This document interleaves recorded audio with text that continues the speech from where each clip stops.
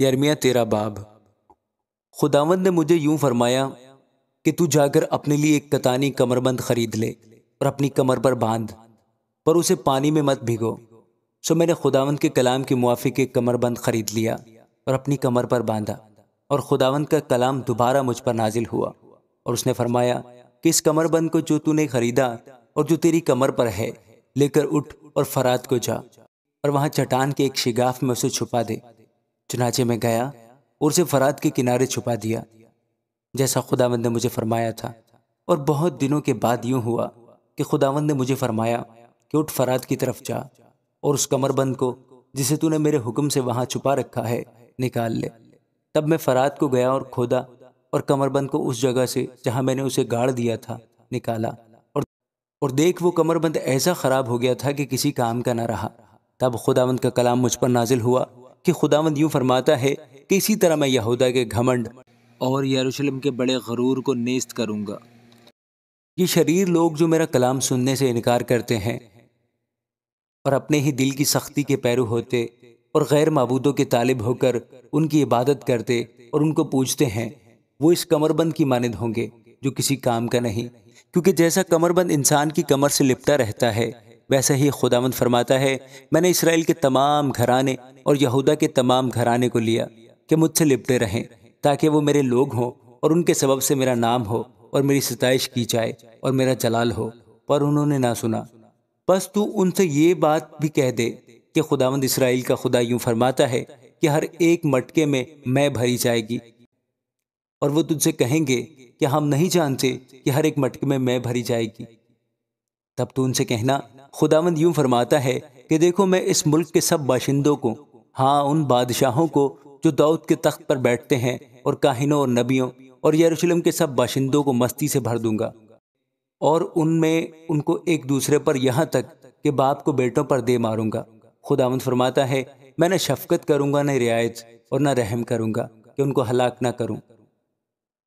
سنو اور کان لگاؤ، گھمنڈ نہ کرو، کیونکہ خداوند نے فرمایا ہے، خداوند اپنے خدا کی تمجید کرو اس سے پہلے کہ وہ تاریکی لائے اور تمہارے پاؤں گھپ اندھیرے میں ٹھوکر کھائیں، اور جب تم روشنی کا انتظار کرو تو وہ اسے موت کے سائے سے بدل ڈالے اور اسے سخت تاریکی بنا دے۔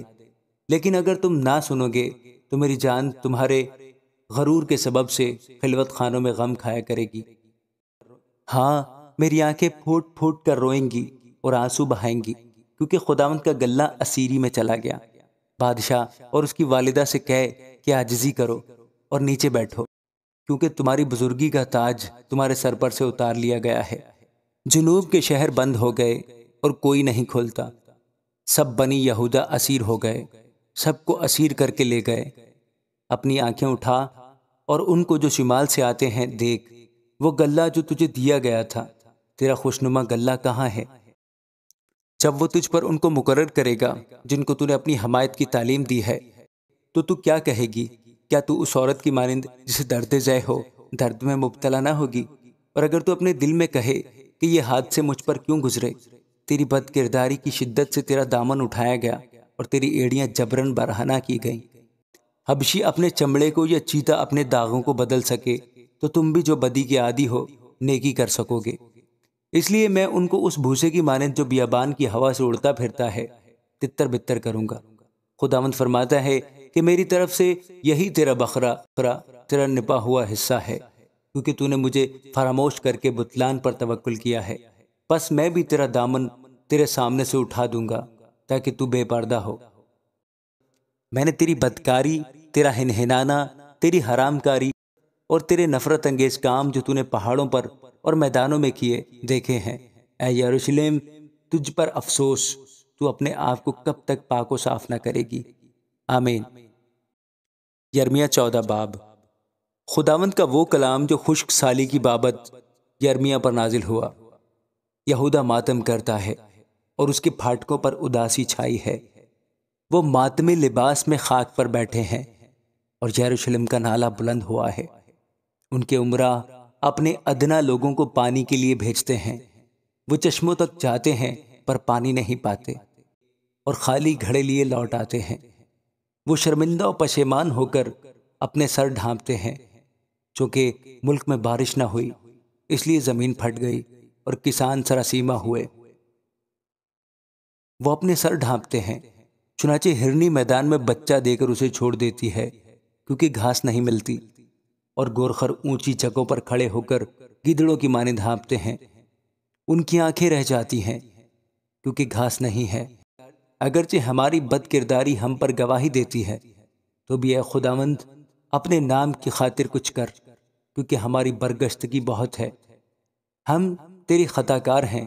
اے اسرائیل کی امید، مصیبت کے وقت اس کے بچانے والے، تو کیوں ملک میں پردیسی کی مانند بنا اور اس مسافر کی مانند جو رات کاٹنے کے لیے ڈیرا ڈالے؟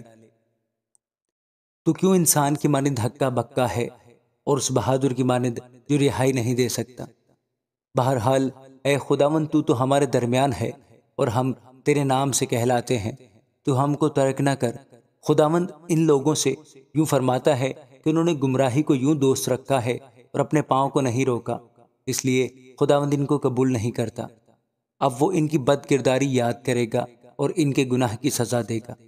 اور خداوند نے مجھے فرمایا کہ ان لوگوں کے لیے دعائے خیر نہ کر، کیونکہ جب یہ روزہ رکھیں تو میں ان کا نالہ نہ سنوں گا، اور جب سوختگی قربانی اور ہدیہ گزرانے تو قبول نہ کروں گا، بلکہ میں تلوار اور کال اور وبا سے ان کو ہلاک کروں گا۔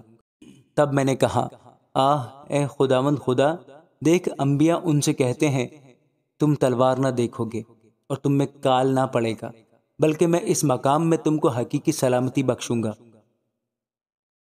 تب خداوند نے مجھے فرمایا کہ انبیاء میرا نام لے کر جھوٹی نبوت کرتے ہیں، میں نے نہ ان کو بھیجا اور نہ حکم دیا اور نہ ان سے کلام کیا۔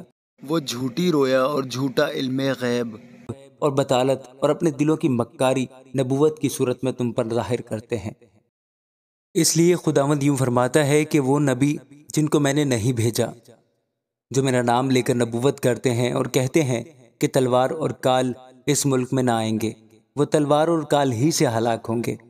اور جن لوگوں سے وہ نبوت کرتے ہیں وہ کال اور تلوار کے سبب سے یروشلم کے کوچوں میں پھینک دیے جائیں گے۔ ان کو اور ان کی بیویوں اور ان کے بیٹوں اور ان کی بیٹیوں کو دفن کرنے والا کوئی نہ ہوگا۔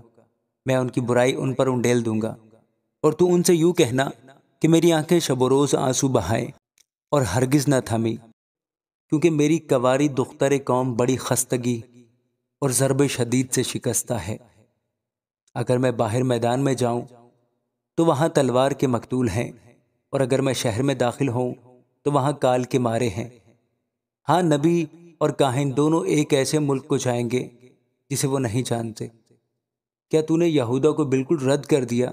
کیا تیری جان کو سیون سے نفرت ہے؟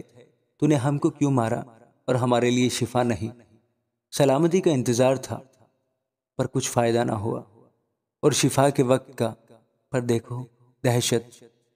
اے خداوند، ہم اپنی شرارت اور اپنے باپ دادا کی بد کرداری کا اقرار کرتے ہیں، کیونکہ ہم نے تیرا گناہ کیا ہے۔ اپنے نام کی خاطر رد نہ کر اور اپنے جلال کے تخت کی تحقیر نہ کر۔ یاد فرما اور ہم سے رشتہ عہد کو نہ توڑ۔ قوموں کے بتوں میں کوئی ہے جو می برسا سکے، یا افلاک بارش پر قادر ہیں؟ اے خداوند ہمارے خدا، کیا وہ تو ہی نہیں ہے؟ بس ہم تجھ ہی پر امید رکھیں گے، کیونکہ تو ہی نے یہ سب کام کیے ہیں۔ آمین۔